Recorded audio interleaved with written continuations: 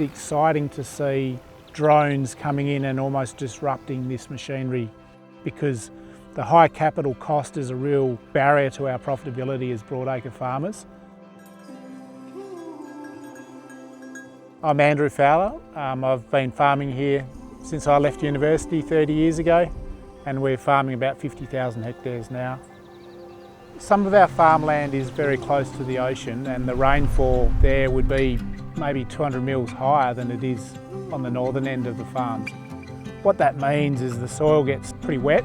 The machinery then makes large wheel ruts. It can be problematic for getting on the paddocks in timing and getting the sprays on at the correct timing.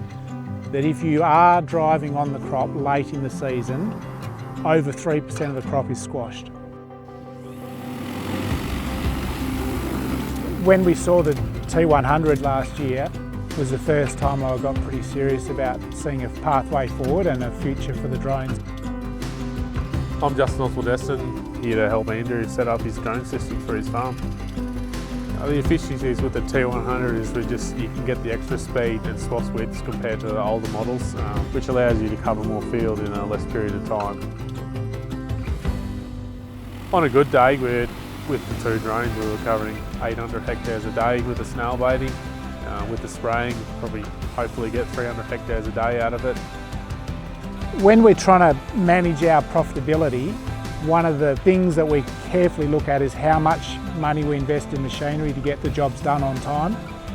A self-propelled machine now is costing us $160 an hour in depreciation, which means that its cost per hectare to spray is sitting around $6.50 per hectare. And I just see that the drone has a role in reducing that cost, but it'll also do the parts of the farm that are the least productive for our larger machinery. DJI coming in with all their capacity and all their engineers working on improvement, and the fact that they were able to release the T100 and it's twice the machine is really exciting and really disruptive in our industry.